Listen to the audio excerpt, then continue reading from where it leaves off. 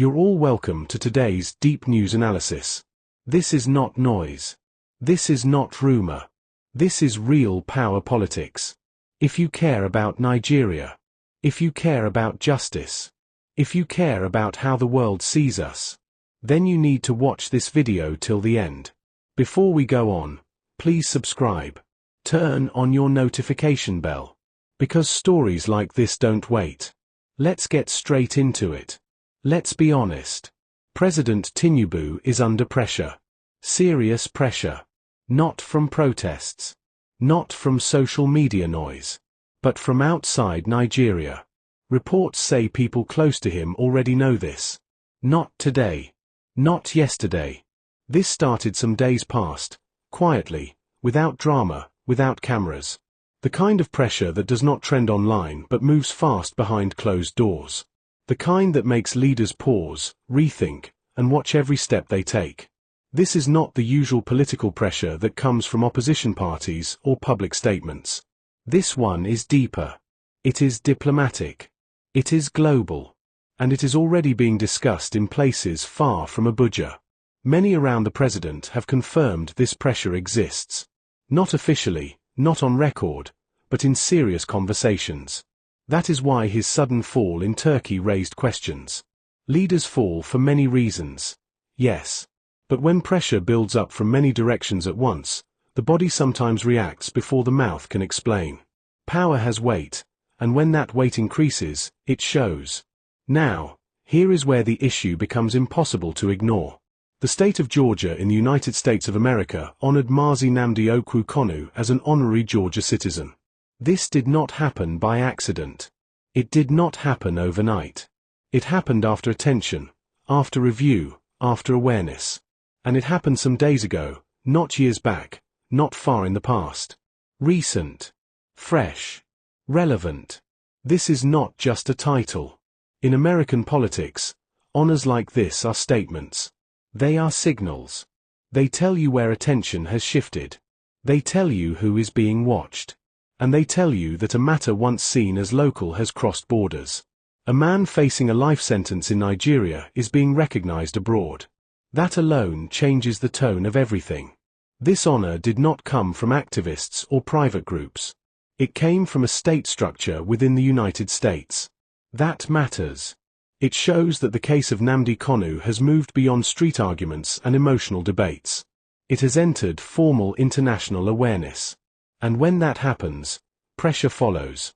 Governments understand this language. Leaders understand what it means when foreign institutions begin to act, not just talk. Recognition is a soft tool, but it is powerful. It draws attention.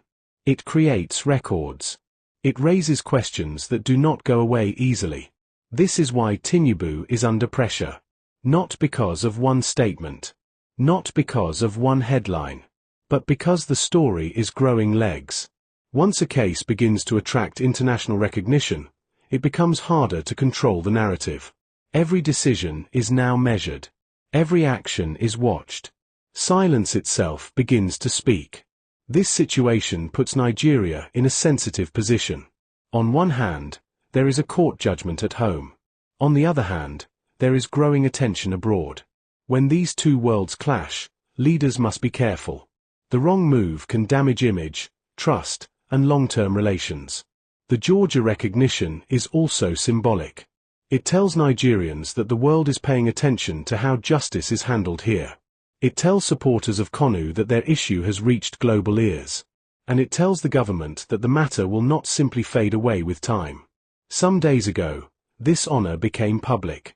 Since then, conversations have shifted. Diplomats talk. Analysts talk. Quiet meetings happen. No government likes surprises from abroad, especially when the subject is already sensitive. This is not about emotion. It is not about shouting. It is about reality. International pressure does not always come with sanctions or threats. Sometimes, it comes as recognition. Sometimes, it comes as honor. And sometimes, that kind of pressure is harder to fight, because it looks clean, calm, and lawful. Tinubu understands this system. His team understands it too. That is why this development matters. That is why it cannot be brushed aside as nothing. When a man in prison is honored overseas, it raises a question that no government can fully control. What does the world see that we are refusing to address? That question now hangs in the air, quietly, heavily, and it is part of the pressure that has been building for days now. In Nigeria, the official story is clear and firm. Nnamdi Kanu is presented as a criminal. He was arrested, prosecuted, and sentenced. On the 20th of November, he received a life sentence. After that judgment, he was moved to Sokoto Prison. That is the position of the Nigerian state. From the government's point of view, the matter is closed. The courts have spoken. The law has taken its course. Authority has been asserted. That is the message Nigerians are told to accept. But politics does not exist in isolation. Justice does not live in one country alone. And power, in today's world, is no longer controlled only by borders. This is where the second story begins. Outside Nigeria, a very different picture is forming. Not through protests. Not through street noise. But through institutions. Through formal recognition. Through official records. When the state of Georgia in the United States honored Nnamdi Kanu as an honorary citizen, it sent a quiet but strong signal. It did not debate Nigeria's courts. It did not insult Nigerian authority. It simply acknowledged his impact and the global attention on his case. That alone changes the meaning of everything. In one country, a man is locked away for life. In another, he is honored. This contrast is powerful because it exposes a deep gap in perception. It forces people to ask uncomfortable questions. How can the same person be seen so differently at the same time? How can one system see danger, while another sees value? These questions are not asked loudly. They are asked in policy rooms, in diplomatic circles, in legal discussions. And once such questions enter those spaces, they do not disappear easily. The Nigerian government once labeled Kanu in many harsh ways. Those labels shaped public opinion at home. They justified strong actions. They framed the story as a security issue, not a political one. But international systems often work differently. They look at patterns. They look at process. They look at human rights, due process, and political context. They do not rely only on labels. They rely on documentation, timelines, and global norms. That difference matters. This is why the Georgia recognition carries weight. It does not say Nigeria is wrong directly. It simply says, this case matters beyond Nigeria. And that alone is enough to create tension. A government can control its internal narrative. It cannot fully control the external one. The moment another country begins to honor someone you have imprisoned, your story becomes challenged. Not attacked, but questioned. And questioning is dangerous for any government, because it weakens certainty. For supporters of Kanu, this moment feels like validation. It feels like proof that their claims of injustice are being noticed. For critics, it raises concern about how Nigeria is being perceived abroad. For neutral observers, it creates confusion and curiosity. And for the government, it creates pressure. This pressure does not come with shouting. It comes with comparisons. Media abroad begin to ask why. Human rights groups take notes. Foreign lawmakers request briefings. Quiet letters are written. Diplomatic files are updated. All of this happens slowly, but it adds weight. Nigeria is a country that seeks respect on the global stage. It wants foreign investment. It wants strong diplomatic ties. It wants to be seen as a leader in Africa. Cases like this affect that image, even when leaders pretend they do not. The contrast between life imprisonment at home and honor abroad becomes a symbol. Not because of emotion, but because of optics. And in global politics, optics matter almost as much as policy. This is why the issue refuses to die down. Even people who do not support Kanu politically now ask questions. Not about his ideology, but about process. About fairness. About consistency. About how justice is applied. The government may insist that the law has been followed. But international recognition shifts focus from legality alone to legitimacy. And legitimacy is harder to defend once doubt enters the room. What makes this moment more serious is timing. This recognition did not happen years ago. It happened recently, while Kanu remains in prison. While discussions about Nigeria's democracy continue.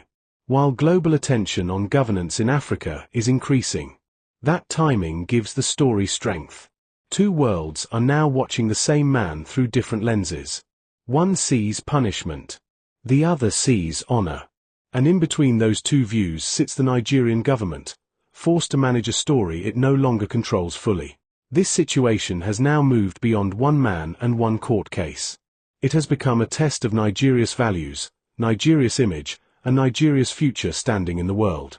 What happens next will say a lot, not just to Nigerians, but to foreign governments, investors, and global institutions watching closely. When international attention settles on a country, it changes how leaders act. Every decision becomes heavier. Every delay becomes louder. Every silence is interpreted. That is where Nigeria now stands. The recognition from the state of Georgia has added a new layer to the story. It has turned what many officials hoped would remain a domestic matter into an international discussion. Once that line is crossed, there is no reset button. Global politics works quietly. Files are opened. Notes are taken. Patterns are tracked. Nigeria's handling of this case will not be judged by press statements alone, but by actions over time. And those actions will be remembered. This is not about agreeing with Nnamdi Kanu or rejecting him. It is about how a country treats a case that has gained global eyes. Strong nations are not afraid of scrutiny. Weak systems fear it. That is the unspoken rule of international respect. Nigeria has always asked to be taken seriously on the world stage. It speaks of democracy, rule of law, and leadership in Africa. Moments like this are where those words are tested. Not in speeches, but in practice. The life sentence, the transfer to Sokoto Prison, and now the foreign recognition all sit in the same timeline. That contrast makes the story hard to ignore. It forces outsiders to compare systems, values, and outcomes. And comparison is not something any government can fully control. This case now affects Nigeria's diplomatic image. Allies quietly observe. Partners quietly assess. No one rushes to condemn, but no one ignores what is happening either. That calm observation can be more powerful than open criticism. Inside Nigeria, public opinion continues to divide. Some see firmness. Others see injustice. But outside Nigeria, the focus is narrower and sharper. It is about rights, fairness, and credibility. Those are the lenses used by international bodies. That difference matters. Once a country's justice system becomes part of global conversation, trust becomes the real currency. Trust takes years to build and moments to weaken. Leaders know this.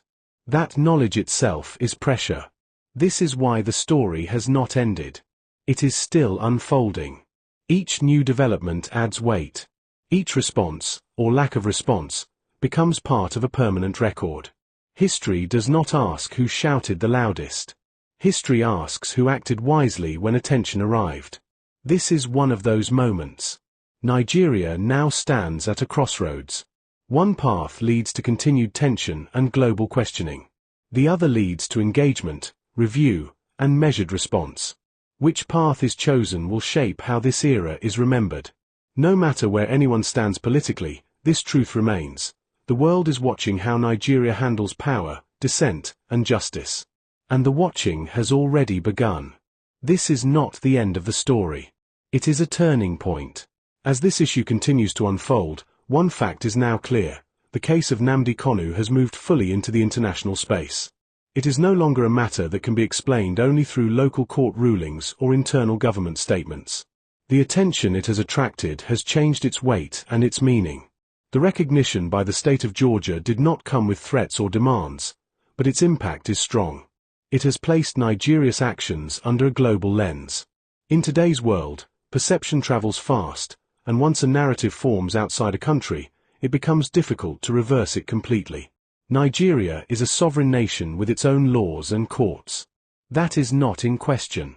But sovereignty does not remove a country from global judgment. Every nation is judged by how it applies justice, especially when cases draw international interest. That judgment may be quiet, but it influences diplomacy, partnerships, and trust. The contrast between life imprisonment in Nigeria and honor abroad has become a symbol. Not because of emotion, but because of timing and visibility. It raises questions that will continue to surface in policy discussions and international forums. These questions will not disappear simply because they are uncomfortable. For the Nigerian government, this moment requires careful handling. Strong leadership is not shown only through firmness, but through clarity, transparency, and confidence in process. The choices made now will shape how this chapter is recorded in history. This is also a moment of reflection for Nigeria as a whole. How justice is seen, how dissent is treated, and how power is exercised are not just internal matters anymore.